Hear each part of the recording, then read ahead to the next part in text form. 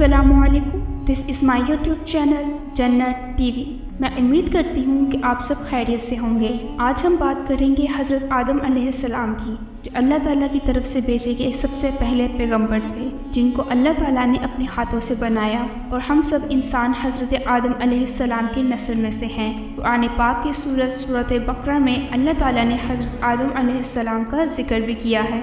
جب اللہ تعالیٰ نے انسان کی مخلوق کو پیدا کرنے کا ارادہ کیا، اللہ نے فرشتوں سے فرمایا کہ میں زمین پر اپنا خلیفہ بنانے والا ہوں، تو فرشتوں کو محسوس ہوا کہ شاید ان کی عبادت میں کوئی کمی ہے، تبھی تو اللہ تعالیٰ زمین پر اپنا خلیفہ بنا رہے ہیں۔ فرشتے جنوں جیسی دوسری مخلوق کو بھی جانتے تھے، جو زیادہ عقل نہیں رکھتے تھے۔ پھر فرشتوں نے اللہ عز و جل سے کہا، اے اللہ، ہم تیری تسبیح، حمد اور عبادت کرتے ہیں۔ یا تو ایسی مخلوق پیدا کرے گا جو زمین پر جا کر فساد کرے، خون خرابہ کرے، لڑائی جھگڑا کرے۔ اللہ تعالیٰ نے فرمایا، جو میں جانتا ہوں وہ تو نہیں جانتا۔ اور پھر فرشتوں نے آپس میں کہنا شروع کر دیا، اللہ تعالیٰ جو بھی مخلوق پیدا کرے گا اس کے پاس ہم سے زیادہ علم نہیں ہوگا۔ اور اللہ تعالیٰ نے حضرت آدم علیہ السلام کو پیدا کرنے کے بعد ان کو علم سے بھی نوازا، اور پھر اللہ تعالیٰ نے حضرت آدم علیہ السلام کو کچھ چیزوں کے نام یاد کروا دیے۔ اللہ تعالیٰ نے جب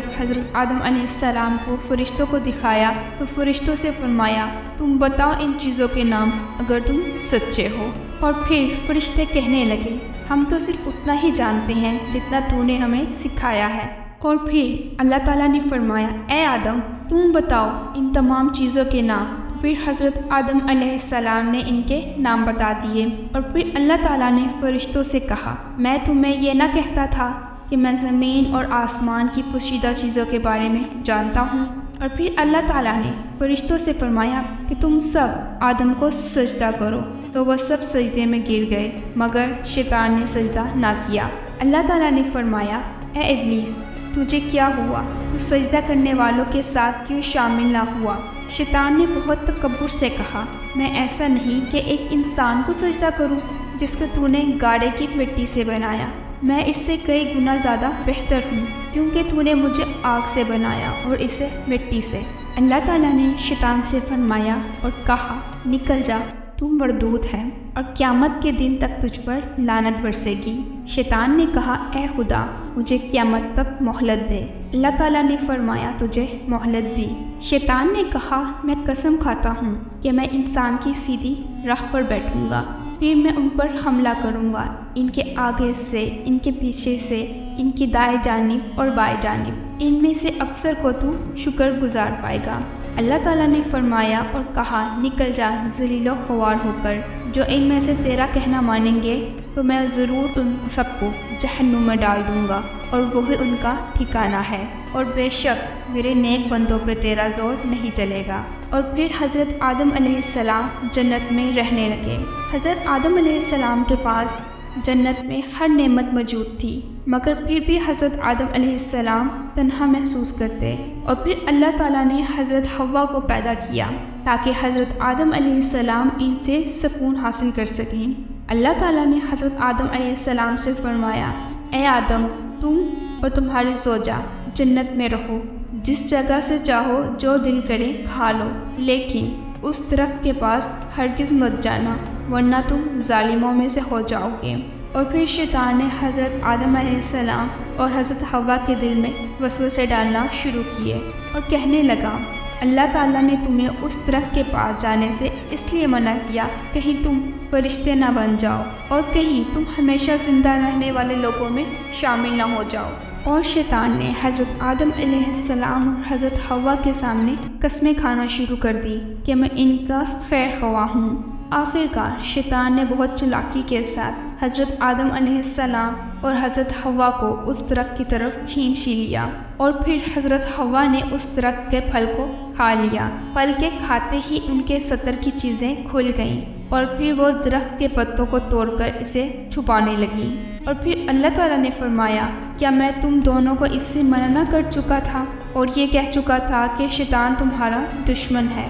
حضرت آدم علیہ السلام اور حضرت حوا نے کہا، اے ہمارے پروردگار، ہم نے اپنے اوپر ظلم کیا ہے، اگر آپ ہمیں معاف نہیں کریں گے، ہم پہ کرم نہیں کریں گے تو ہم تباہ ہو جائیں گے۔ اور پھر اللہ تعالیٰ نے فرمایا، تم سب زمین پر چلے جاؤ اور آج کے بعد تم سب ایک دوسرے کے دشمن ہو۔ تمہارے لیے زمین پر جگہ ہے، ایک مدت تک وہاں پر نفع حاصل کرنا، تم نے وہی زندگی گزارنی ہے، وہیں پر مرنا ہے اور وہیں پر دوبارہ زندہ ہونا ہے۔ دنیا میں آنے کے بعد حضرت آدم علیہ السلام نے 40 سال تک اللہ تعالیٰ سے معافی مانگی اور پھر اللہ تعالیٰ نے حضرت آدم علیہ السلام کو معاف کر دیا۔ اللہ تعالیٰ نے فرمایا تم اور تمہاری اولاد دنیا میں رہو اور یہ بات یاد رکھنا، اگر میری طرف سے کوئی نبی ہدایت لے کر آئے تو تم اس کا کہنا ماننا، اور جو لوگ میرے نبی اور نبیوں کی بات کو نہیں مانیں گے اور ہماری آیتوں کو جھٹلائیں گے وہ دوزخ میں جائیں گے اور وہی ان کا ٹھکانہ ہے۔ پھر حضرت آدم علیہ السلام اور حضرت حوا علیہ السلام دنیا میں رہنے لگی اور یہیں سے انسانوں کی نسل کا آغاز ہوا۔ حضرت آدم علیہ السلام تقریباً 900 سال زندہ رہے۔ اس واقعے سے ہمیں یہ سبق ملتا ہے کہ جب شیطان نے غلطی کی تو معافی مانگنے کی بجائے اس نے تکبر سے اللہ تعالیٰ کے حکم کو نہ مانا، اور جبکہ حضرت آدم علیہ السلام سے جب غلطی ہوئی تو وہ 40 سال تک مسلسل اللہ تعالیٰ سے معافی مانگتے رہے اور بالآخر اللہ تعالیٰ نے حضرت آدم علیہ السلام کو معاف کر دیا۔ ہمیں چاہیے کہ اگر ہم سے کبھی کوئی غلطی سرزد ہو جائے ہم اس کی معافی مانگیں، بجائے اس کے تکبر اور غرور سے بیٹھے رہیں کہ اگلا شخص ہمارے پاس خود چل کر آئے گا۔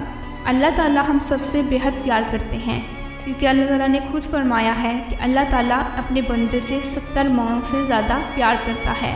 ایک ماں کی محبت کتنی ہوتی ہے وہ ہم سب جانتے ہیں، اس لیے اگر ہم سے بھی غلطی اور گناہ سرزد ہو جائے تو ہمیں چاہیے کہ اللہ تعالیٰ سے سچے دل کے ساتھ توبہ کر لیں، بے شک اللہ توبہ قبول کرنے والا ہے۔ اگر آپ کو ہماری یہ ویڈیو پسند آئے تو اس کو لائک، شیئر اور کمنٹ کرنا مت بھولیے گا۔ ہمارے چینل کو سبسکرائب کر بیل آئیکن کو ضرور دبائیے گا تاکہ روز نئی آنے والی ویڈیوز آپ کو بر وقت حاصل ہو سکیں۔ آج کے لیے اتنا ہی، ملتے ہیں اگلی ویڈیو میں۔ خدا حافظ۔